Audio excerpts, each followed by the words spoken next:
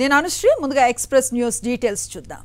CM YS Jagan తరపున ఒక్క nomination దాఖలు చేశారు ఆయన బాబాయ్ వైఎస్ మనోహర్ రెడ్డి. పులివెందులలో ఆర్డీఓ కార్యాలయంలో ఆయన నామినేషన్ దాఖలు చేశారు. 25న పబ్లిక్ మీటింగ్ తర్వాత సీఎం వైఎస్ జగన్ స్వయంగా నామినేషన్ దాఖలు చేస్తారని వైఎస్ మనోహర్ రెడ్డి తెలిపారు. నంద్యాల జిల్లా డోన్లో వైఎస్ఆర్సీపీ అభ్యర్థిగా బుగ్గన రాజేంద్రనాథ్ నామినేషన్ దాఖలు చేశారు. ముందుగా వైఎస్ఆర్సీపీ శ్రేణులతో భారీ ర్యాలీని చేపట్టారు బుగ్గన. అనంతరం నామినేషన్ పత్రాలను ఆర్ఓ కార్యాలయంలో సమర్పించారు. ఈ కార్యక్రమంలో నంద్యాల ఎంపీ పోచా బ్రహ్మానందరెడ్డి పాల్గొన్నారు. సర్వేపల్లి నియోజకవర్గం వైఎస్ఆర్సీపీ అభ్యర్థిగా మూడవసారి నామినేషన్ దాఖలు చేశారు కాకాని గోవర్ధన్ రెడ్డి. కుమార్తె పూజితతో కలిసి వెంకటాచలం ఎంపీడీఓ కార్యాలయంలో నామినేషన్ పత్రాలను సమర్పించారు.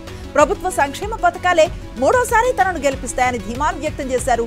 ఇక సర్వేపల్లిలో వైఎస్ఆర్సీపీ తరఫున ఎవరు పోటీ చేసినా ఘన విజయం సాధించడం తథ్యం అన్నారు. కాకినాడ రూరల్ వైఎస్ఆర్సీపీ అభ్యర్థిగా నామినేషన్ దాఖలు చేశారు సిట్టింగ్ ఎమ్మెల్యే కురసాల కన్నబాబు. వేలాది మందిగా తరలివచ్చిన కార్యకర్తలు నాయకులతో కలిసి క్యాంపు కార్యాలయం నుంచి రిటర్నింగ్ అధికారి కార్యాలయం వరకు ర్యాలీగా వెళ్లారు కన్నబాబు. మరోసారి కాకినాడ రూరల్ నుంచి విజయం తనదేనని ధీమాను వ్యక్తం చేసిన కన్నబాబు సీఎం జగన్ కు కృతజ్ఞతలు తెలిపారు. ఢిల్లీ లిక్కర్ పాలసీ కేసులో అరెస్ట్ అయిన బీఆర్ఎస్ ఎమ్మెల్సీ కవిత ఢిల్లీలోని రౌజ్ అవెన్యూ కోర్టులో దాఖలు చేసిన బెయిల్ పిటిషన్పై విచారణ జరిగింది. తీర్పు ఉత్తర్వులను రిజర్వ్ చేసింది. మే 2న ఉత్తర్వులు వెల్లడిస్తామని కోర్టు తెలిపింది. అమెరికాలో జరిగిన ఘోర రోడ్డు ప్రమాదంలో 2 తెలంగాణ విద్యార్థులు మృతి చెందారు. అరిజోనా స్టేట్ యూనివర్సిటీలో బీటెక్ సెకండ్ ఇయర్ చదువుతూ ఉన్న విద్యార్థులు ప్రయాణిస్తూ ఉన్న వాహనాన్ని గుర్తు తెలియని వాహనం బలంగా ఢీకొట్టింది. దీంతో జనగామ జిల్లా స్టేషన్ ఘన్పూర్ మండలం శివునపల్లె గ్రామానికి చెందిన పార్సీ గౌతమ్ కుమార్, మరొకరు కరీంనగర్ జిల్లా హుజురాబాద్ కు చెందిన నివేష్ స్పాట్లోనే ప్రాణాలను కోల్పోయారు. ఏపీ 10th ఫలితాల్లో అమ్మాయిలు సత్తా చాటారు. ఈ రోజు విడుదల చేసిన 10వ తరగతి ఫలితాల్లో 86.69% విద్యార్థులు పాస్ అయ్యారు. మన్యం జిల్లా మొదటి స్థానంలో, కర్నూలు జిల్లాలో చివరి స్థానంలో నిలిచాయి. 16 ప్రైవేట్ స్కూల్స్ లో ఒక్కరు కూడా పాస్ కాకపోవడం చర్చనీయాంశంగా మారింది. విజయనగరం పార్లమెంటు స్థానానికి వైఎస్ఆర్సీపీ అభ్యర్థిగా బెల్లన చంద్రశేఖర్ నామినేషన్ వేశారు. నామినేషన్ పత్రాలను విజయనగరం జిల్లా కలెక్టర్ కార్యాలయంలో పార్లమెంటు ఎన్నికల అధికారి నాగలక్ష్మికి ఆయన అందజేశారు. పవన్ కళ్యాణ్ మానసిక స్థితి బాలేదన్నారు ఎమ్మెల్యే గ్రంథి శ్రీనివాస్. పవన్ కళ్యాణ్ కు పిచ్చి ముదిరిందని, ఖచ్చితంగా చిరంజీవి తన తమ్ముడిని వైద్యులకు చూపించాలని విజ్ఞప్తి చేశారు.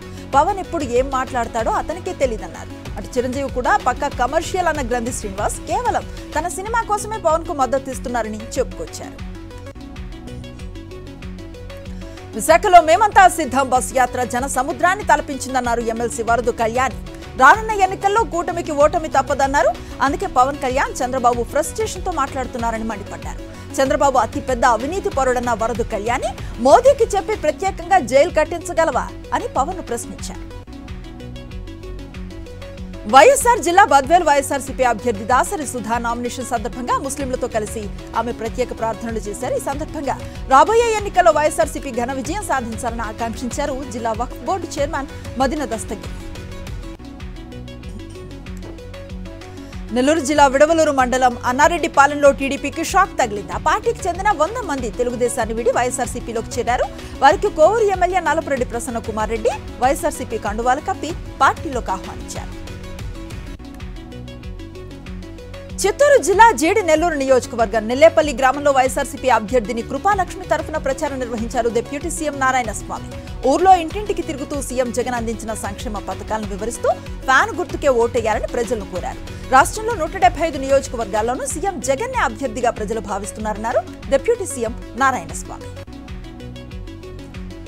పార్వతీపురం మన్యం జిల్లా సాలూరు పట్టణంలో వైఎస్ఆర్సీపీ ఎన్నికల ప్రచారం జోరుగా సాగుతోంది. 23వ వార్డులో వైఎస్ఆర్సీపీ అభ్యర్థి రాజన్న దొర ప్రచారం నిర్వహించారు. ఈ సందర్భంగా ఫ్యాన్ గుర్తుపై ఓటు వేసి మళ్లీ తనను గెలిపించాలని ఓటర్లకు విజ్ఞప్తి చేశారు రాజన్న దొర. నెల్లూరు నగర నియోజకవర్గంలో వైఎస్ఆర్సీపీ ఎమ్మెల్యే అభ్యర్థి ఖలీల్ అహ్మద్ తో కలిసి పార్లమెంట్ అభ్యర్థి విజయసాయిరెడ్డి ప్రచారం చేశారు. ఒక మతాన్ని టార్గెట్ గా బీజేపీ చేపడుతూ ఉన్న యూసీసీ చట్టాలకు టీడీపీ సపోర్ట్ చేస్తుందా, వ్యతిరేకిస్తుందా అన్న విషయాన్ని బహిర్గతం చేసి ఓట్లాడగలన్నారు విజయసాయిరెడ్డి. మాదిగ వర్గీకరణకు అడ్డుపడి మాదిగల గొంతు కోసిన వ్యక్తి చంద్రబాబు అంటూ ధ్వజమెత్తారు ఎంఆర్పీఎస్ వ్యవస్థాపక అధ్యక్షులు ఉసురుపాటి బ్రహ్మయ్య. చంద్రబాబు దళిత ద్రోహి, వచ్చే ఎన్నికల్లో చంద్రబాబును ఓడించాలంటూ పిలుపునిచ్చిన మందకృష్ణ మాదిగ ఇప్పుడు కూటమికి మద్దతు ఇవ్వడం వెనుక ఆంతర్యం ఏంటో చెప్పాలని డిమాండ్ చేశారు. కర్నూలు టీడీపీ అభ్యర్థి టీజీ భరత్ ప్రలోభాలకు తెరలేపాడు. నేరుగా ఓటర్ల అకౌంట్లో డబ్బులు జమ చేస్తూ ప్రలోభాలకు గురి చేస్తున్నాడు. ఎవరికి అనుమానాలు రాకుండా సొంత ఫ్యాక్టరీ, హాస్పిటల్ పేరుతో ఓటర్ల అకౌంట్లలో డబ్బులు జమ చేస్తున్నాడు. గౌరీ గోపాల్ హాస్పిటల్, శ్రీ రాయలసీమ ఫ్యాక్టరీ నుంచి ఓటర్ల అకౌంట్లలో డబ్బులు పడుతున్నాయి. ఓటర్ల అకౌంట్లలో 5,000 నుంచి 10,000 రూపాయల వరకు నగదు పంపిణీ చేస్తున్నారు. శ్రీ సత్యసాయి జిల్లా మడకశిర నియోజకవర్గంలో టీడీపీకి ఎదురుదెబ్బ తగిలింది. రెబల్ అభ్యర్థిగా పోటీలో ఉండాలని టీడీపీ నేత డాక్టర్ సునీల్ నిర్ణయం తీసుకున్నారు. నేడు టీడీపీ రెబల్ అభ్యర్థిగా నామినేషన్ దాఖలు చేయనున్నారు సునీల్. చేవెళ్ల పార్లమెంట్ బీజేపీ అభ్యర్థిగా కొండా విశ్వేశ్వరరెడ్డి నామినేషన్ దాఖలు చేశారు. కేంద్ర మంత్రి పీయూష్ గోయల్ తో కలిసి రాజేంద్రనగర్ లో రిటర్నింగ్ కార్యాలయంలో నామినేషన్ పత్రాలు సమర్పించారు. వచ్చే ఎన్నికల్లో మరోసారి కేంద్రంలో బీజేపీ సర్కార్ ఏర్పడుతుందని ధీమాను వ్యక్తం చేశారు. 400 స్థానాలను కైవసం చేసుకోవటమే లక్ష్యమన్నారు. కరీంనగర్ కాంగ్రెస్ ఎంపీ అభ్యర్థిగా వెల్చాల రాజేందర్ రావు నామినేషన్ వేశారు. అయితే అఫీషియల్ గా ఏఐసీసీ ప్రకటించకుండానే బీఫామ్ అందజేశారు. ఖమ్మం టికెట్ విషయంలోనూ ఇలాంటి వ్యూహమే అవలంబిస్తారని కాంగ్రెస్ పార్టీలో ప్రచారం జరుగుతోంది. హైదరాబాద్ సనత్ నగర్ లో బీఆర్ఎస్ కార్యకర్తల విస్తృత స్థాయి సమావేశం జరిగింది. ఈ కార్యక్రమంలో ఎమ్మెల్యే తలసాని శ్రీనివాస్ యాదవ్ పాల్గొన్నారు. అనంతరం సికింద్రాబాద్ పార్లమెంట్ అభ్యర్థి పద్మారావు గౌడ్ కు మద్దతుగా ఎన్నికల ప్రచార రథాలను జెండా ఊపి ప్రారంభించారు తలసాని. జగిత్యాల జిల్లా మల్యాల మండలం కొండగట్ట ఆంజనేయ స్వామి ఆలయంలో రేపు హనుమాన్ జయంతి ఉత్సవాలు జరగనున్నాయి. ఈ నేపథ్యంలో వేలాది మంది హనుమాన్ దీక్షా స్వాములు కొండపైకి చేరుకోనున్నారు. భక్తులకు ఎలాంటి ఇబ్బందులు కలగకుండా ఆలయ అధికారులు అన్ని ఏర్పాట్లు చేశారు. ఆలయంలో 3 రోజుల పాటు స్వామివారికి ప్రత్యేక పూజలు నిర్వహిస్తామన్నారు అధికారులు. భద్రాచలంలో శ్రీ సీతారామచంద్ర స్వామి వారి ఆలయంలో వసంతపక్ష ప్రయుక్త శ్రీరామనవమి తిరు కళ్యాణ బ్రహ్మోత్సవాలు ఘనంగా జరుగుతున్నాయి. బ్రహ్మోత్సవాల్లో భాగంగా ఈ రోజు స్వామివారికి వసంతోత్సవం వేడుక ఘనంగా నిర్వహించారు. ప్రధాన ఆలయంలో లక్ష్మణ సమేత సీతారాములను వేడి మండపం వద్దకు తీసుకువచ్చి ప్రత్యేక పూజలు చేశారు. రామంతపూర్ లో 7 నెలల గర్భిణి అదృశ్యమైంది. అమ్మగారింటికి వెళ్తానని అనూష కోరటంతో అత్తింటి వారు ఒప్పుకోలేదు. దీంతో తల్లిదండ్రులకు ఇంటి నుంచి వెళుతున్నట్లుగా మెసేజ్ చేసి కనిపించకుండా పోయింది. అంబేద్కర్ కోనసీమ జిల్లా మలికిపురం మండలం దిండి కాసువరపు లంకలో చెరువుల వద్ద మంచినీటి బోర్ వేస్తూ ఉండగా మంటలొచ్చాయి. బోర్ నుంచి ఒక్కసారిగా మంటలు ఎగిసి పట్టడంతో ఆక్వా చెరువుల యజమానులు ఉలిక్కిపడ్డారు. గ్రామస్తులు భయాందోళనకు గురయ్యారు. వరంగల్ జిల్లా వర్ధనపేట మండలం ఇల్లంద గ్రామ చివరిలోని శ్రీ రాజరాజేశ్వర స్వామి ఆలయంలో దొంగలు పడ్డారు.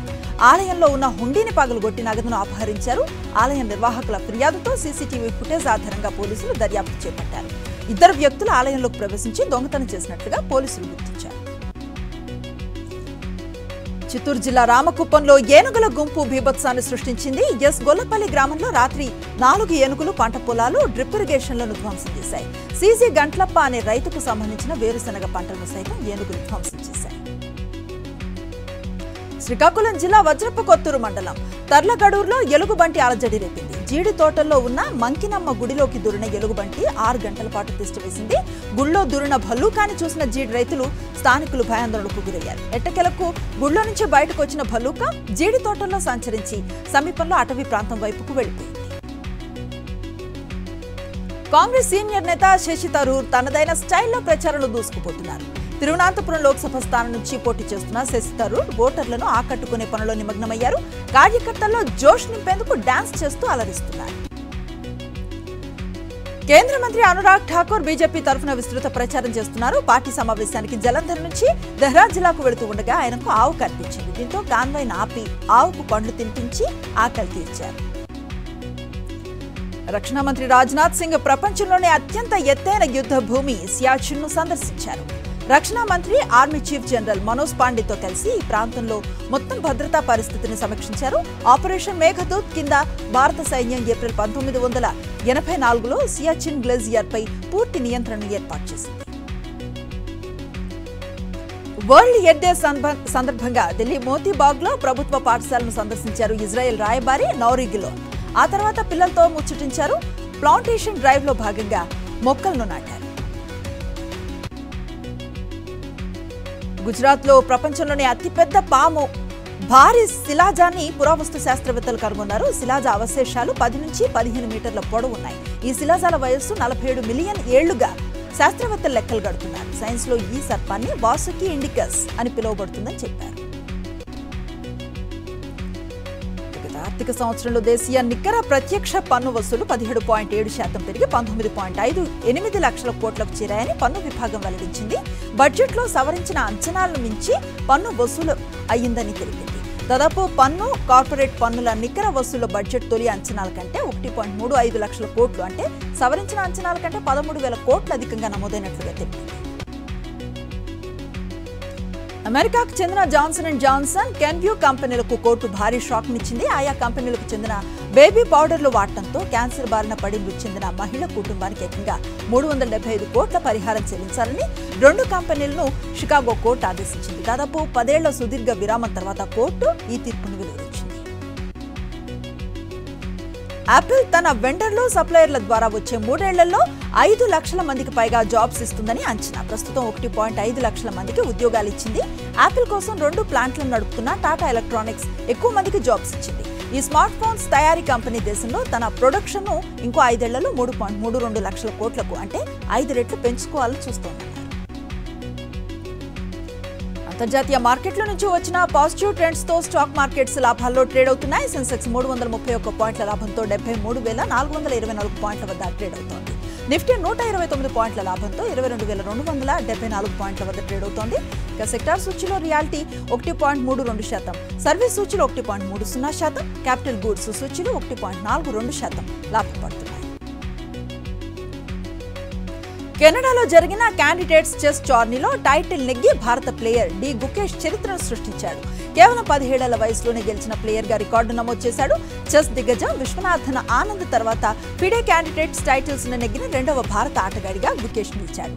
ఈ విజయంతో గుకేష్ చైనా గ్రాండ్ మాస్టర్ డింగ్ లిరెన్తో ప్రపంచ ఛాంపియన్షిప్ టైటిల్ పోరుకు అర్హతను సాధించాడు. ఐపీఎల్లో ఇవాళ మరో ఆసక్తికర పోరు జరగనుంది. రాజస్థాన్ రాయల్స్ తో ముంబై ఇండియన్స్ జట్టు తలపడబోతోంది. జైపూర్ వేదికగా రాత్రి 7:30 గంటలకు మ్యాచ్ జరగనుంది. తెలుగు రాష్ట్రాల్లో ఎండలు మండిపోతున్నాయి. చాలా చోట్ల 40+ ఉష్ణోగ్రతలు నమోదవుతూ ఉండటంతో జనం బయటకు రావాలంటేనే భయపడిపోతూ ఉన్నారు. మరో 3 రోజుల పాటు ఏపీలో తీవ్ర వడగాల్పులు వీచే అవకాశం ఉందని వాతావరణ శాఖ తెలిపింది. మరోవైపు తెలంగాణలో మరో 2 రోజులు అక్కడక్కడ తేలికపాటి వర్షాలు కురుస్తాయని వాతావరణ శాఖ తెలిపింది.